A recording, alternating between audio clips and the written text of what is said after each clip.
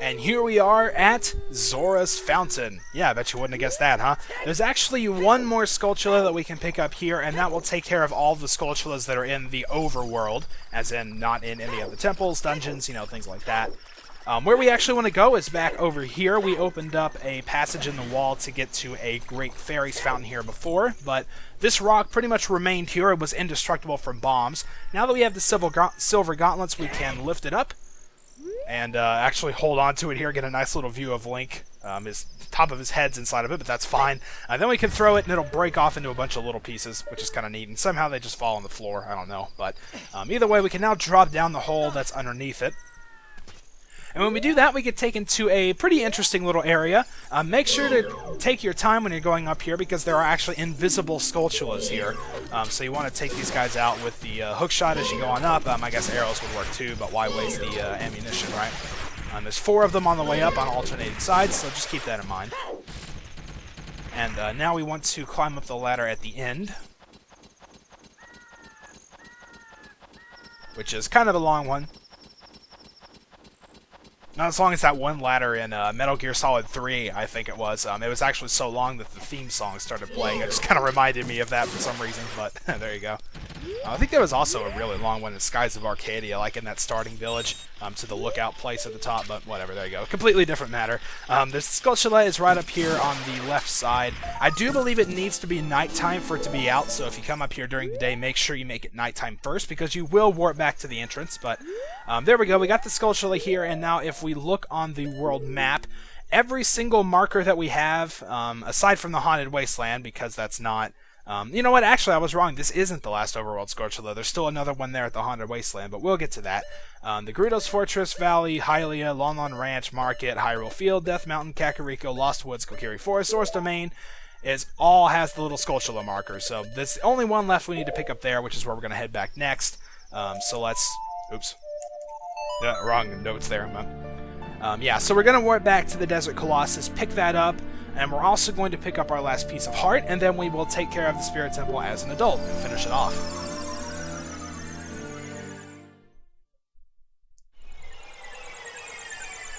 Alright, so we're back in the Desert Colossus, and we're going to be using the magic leaf that we planted as a kid. So let's head on back over there and watch out for the lever. Wow, that was really close. I was just too lazy to change directions. So yeah, now we can ride this thing around, and there are a couple things that we're going to be getting with it. So we want to let it ride around onto this first rock, and then it's going to come around to a second one, and when it does that, get off. That landed right on the Skulltula. That was awesome. And then we want to kill it and take its token, and now that is the last overworld gold Skulltula. I know I said that before, but it really is. See, now we have the mark. So, and just before it turned daytime, too. That was kind of neat. But now we have to take care of that piece of heart that's up there on the big stone archway, which looks conspicuously like the pie symbol.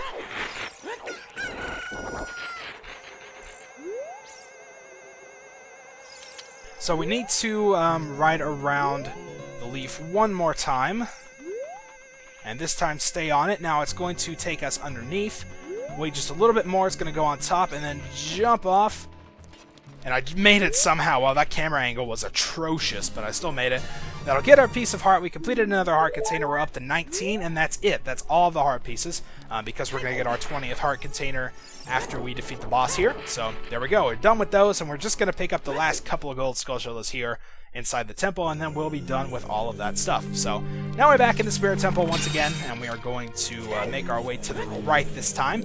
Now that we have these silver gauntlets, we can do something about this block. And also, this is the same type of block that was back in the Gerudo training ground. Remember, I said you needed something else to push that out of the way? Well, that's the silver gauntlet. So if you want to go back and do that 100%, you can now. Like I said before, I'm not going to bother because it's pointless, but, well, there you go. Alright, so it looks like we've got another Beamos to deal with. Let's get our bombs back out. For some reason, as an adult, they seem to take 2. I don't know why that is. Wow, even the second one didn't work. That's weird. Picked up the bomb as it was exploding again. That was awesome. Okay, so there we go. We finally took care of that. That was a lot more complicated than it needed to be. And we've got a crystal switch up here that we can hit, which will cause both of the doors to open, much like it did over there as a child, except there wasn't a switch to hit before. We just had to kill everything.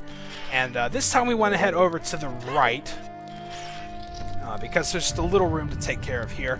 Before we jump out into the boulders, you can see there's a silver rupee kind of floating. We're going to need the hover boots from here to take care of that. So let's wait for that boulder to pass and get it. I'm going to switch back. And now we've got a whole bunch of silver rupees to be collecting inside of these little alcoves. The camera kind of has a neat angle once you go in. Sort of shows you where the boulder is, which is actually kind of cool. I like it. So that's good. Now we need to head over this way. You can see there's a block of time there, and you can also probably hear a Skulltula. We are going to get one in here. But we're going to save that for last because we're going to have to move that block of time. So let's go ahead and pick up the last silver rupee, which will actually open the door that's to our left right now. But we want to come back over here first and grab the Ocarina. Then play the Song of Time.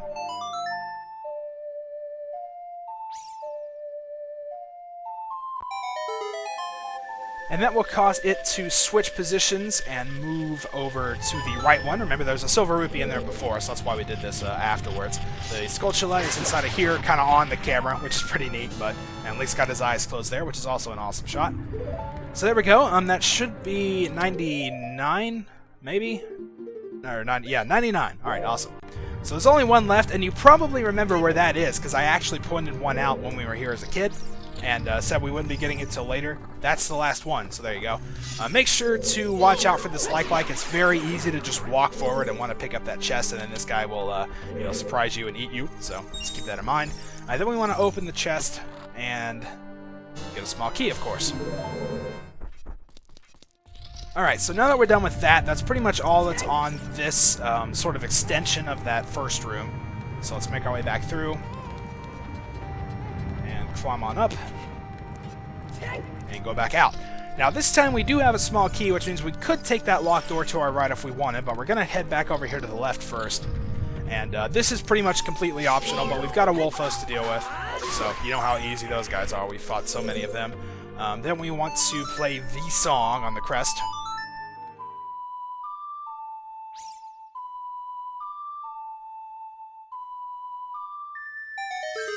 Which will make a chest appear across the gap, and then hookshot over to it. Open it.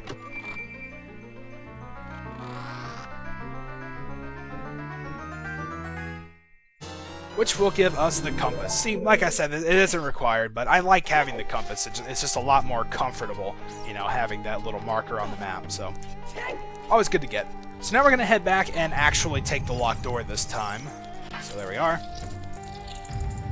Now, let's see. In here, we've got another like that's going to drop down. We've also got a flying pot to deal with, so just make sure you take care of that.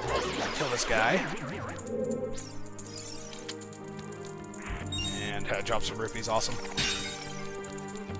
Alright, now, in here, we can either choose to take the long way and climb up, or we can use the long shot and just get on up there ourselves, which is a little bit quicker. It's kind of nice that you can do that, but there you go. Now, in here, we're going to have an invisible floor master to deal with, so go ahead and kill it. And then take care of its three little offspring. It's really awesome to do that without actually seeing them. I always think it's cool, but now we've got a little light puzzle to deal with. You can see it's coming in and shining off this mirror. We're going to have to turn it in order to make it reflect onto these suns. The first one isn't the one we want. It's going to drop a chest. The second one also isn't the one we want. It's going to drop a chest. And now the third one is the one we want. So that will open the door, and then we can go through. The fourth one, I believe, causes a wall master to try to grab you. So if you want that to happen, you can. But if we open this chest over here, this is actually something we haven't seen yet. Oh, it's a trap. So yeah, just push buttons to get out of it before you take too much damage. Luckily, over here, there's a recovery heart, so if you do get hit by it, then I guess you can recover the health you lost, but we can head on through, and now you can see we're on the other side of this big room. Remember, we came here as a kid before. Pushing this statue won't do anything, so don't worry about that. I believe we want to actually head on up the stairs first before we drop on down. And this will... Yeah, we can see over here there's a locked door. We don't have a key yet, so we can't quite do anything about that. We can see there's a crest on the statue's hand, so we want to jump to it from here, which can be kind of hard to do. If you want, you can use the hover boots to sort of position yourself a little better. But once we get here, you know what to do.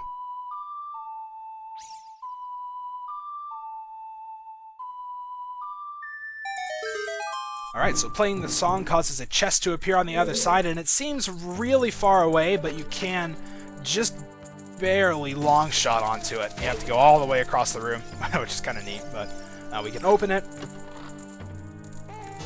And then we get a small key. Awesome. So from here, I think we might be able to play... crap, I don't remember the Scarecrow song now. Yeah, there it is. Alright. I don't know if this will work or not, but if it does, that'd be kind of neat. Okay, no, it didn't. I was trying to make him appear up there so we could just get the Skulltula now and be done. But you can jump back over here this way. You can also climb up. I mean, you didn't have to be fancy and do a jump attack in the air. But we can go on up here. And this is actually our kid territory. This is where we were before. And of course, the door is sealed again because that was 7 years ago. But someone moved the statue back up in those 7 years. I don't know why that is, but, well, go figure.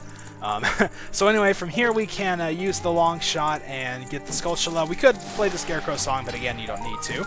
Then once we get this token, we've destroyed a gold Skulltula, and that marks number 100. There it is. That's all the gold Skulltulas. Big red 100 there, so I'm going to have to make sure to pick up that reward for sure, but for now, we're done with all the collectibles, so we can pretty much just play the game now and not have to worry about all that. So now we want to head back down and continue on along the adult path. We don't need to be taking the child path anymore. So we can get back up here using the hookshot target that I pointed out before. And now we can go on up, and since we got the small key from the statue's other hand, we can now go through the locked door. And keep going. There's some Beamos along the way here, but if you wait for just a second, they won't even bother to do too much to you. Now, once we get in here, we're going to have more of these Anubis enemies, but this time we actually have a different weapon at our disposal. We can use the fire arrows to take care of them, not the ice arrows, but the fire arrows. So let's just go ahead and shoot the guy. He'll die, and then we can shoot the other ones. Okay, well, I guess I'll just have to do it manually. Now this one... And then, of course, we have a Beamos to be taken care of. There's a lot of them in this place. I don't know why that is, but... Just make sure you don't fall down when you're trying to throw that at him. It can be very easy to do that. So once we kill everything, the door unseals. There's a switch over here that will cause some fire to come out, which would kind of be the normal way to defeat the Anubis enemy, I suppose. But there's no reason you shouldn't have either dense fire or fire arrows, so you really don't need to worry about it. Now, in here, we have one of the most clever puzzles in the game, I think, which is kind of neat. We have a blue switch, which means we need something to stay on it, but all of 4 of these guys are these Armos Knights, remember, that will jump up and attack you if you touch them. So what you want to do is stand over by the door, use an arrow, and hit this one right here. When you do that, it'll activate him. He will jump on the switch, and then once it rises, you can go on through before he moves. So that's kind of interesting. I always really thought that was clever, but it's pretty neat. There are a couple invisible chests here. You can see them on the map. In fact, well, no, I guess you can't just walk there. Or maybe you can. I don't know. Oh, yeah, there you go. I'm standing on it. But, yeah, these chests, I think most just have recovery hearts. So, you know, if you don't need it, don't worry about it. Now we want to head this way, and we've got another Iron Knuckle to be dealing with. Of course, as an adult, these things are much, much easier because they only take a few strikes to kill, especially with the big Goron sword. So just keep the same strategy up. It works pretty well as an adult. You don't have to really worry about timing anything. And then here, you can pretty much just hit him a few more times, and he's done. So you can see the Iron Knuckles are really easy as an adult. Even if you didn't have the big Goron sword, it would just take twice as many hits with the Master Sword, but you can still use the same strategy, so it's no big deal. And now, like when we were a kid, we can head out to the passageway behind him. A chest will just magically drop down from the ceiling somehow. I don't know, thanks, magic guy hanging out up there, I don't know, but we can open it.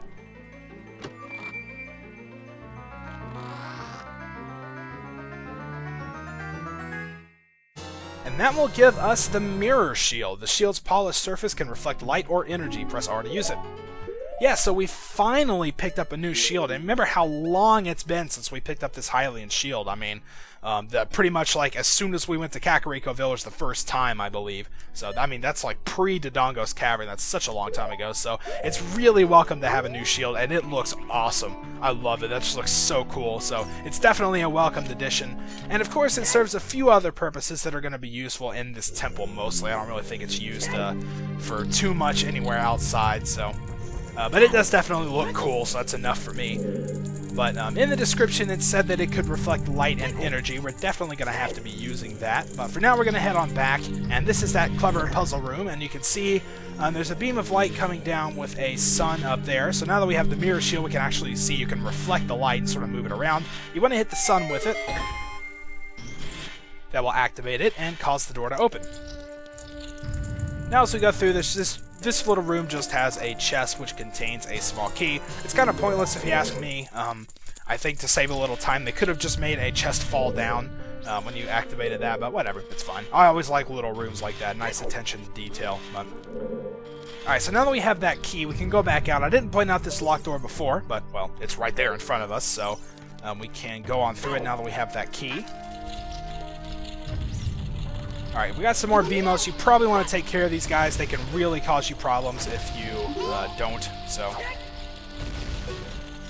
There we go. Alright, now once we get up here, there's a little puzzle, so to speak, that we can deal with. We can either try to climb this and wait till the things align and take care of that Skullwatchula and do all that stuff, or if you want to be cheap and quick and easy, you can just shoot on up here to the top and climb up, so you pretty much completely skip that. Got some BMOs to deal with as well as a small trap. I like to just roll on through and you're usually alright.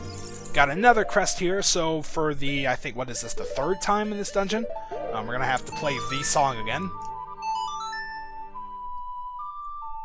I mentioned it before, but this would be a really nice time for Link to just have a tape recording of that song and just hold it up. Whatever. Alright, so we can go on through this one. Now, we've got some fire, or torch slugs, I think they were called, to deal with, so these are easy to do. For some reason, it seems like they take 3 hits with just like regular attacks from the big Goron sword, but if you stand here and do spin attacks, they only take 2. I don't know why that is. I guess there's a different damage number for spin attacks, but, well, there you go. So now we've got a bunch of fake doors along the outside. You can see on the map there are no exits except the one we came in from, so all of these doors are fake. If you want, you can deal with them with bombs. I'm going to get out some arrows and the Megaton hammer. That's everything we need in this room. But you can also hit it with the hammer, which is kind of cool. This one will have an eye switch behind it. We can shoot. And that will cause a platform to appear up here. Now we can long shot up, go out and step on this switch, then drop down and open the chest. And of course this is the boss key chest, so you know what we're going to get. And there it is, the boss key. Okay, so now we're pretty much all ready to finish up this place. Let's head back out, and this time turn to the right and up the stairs.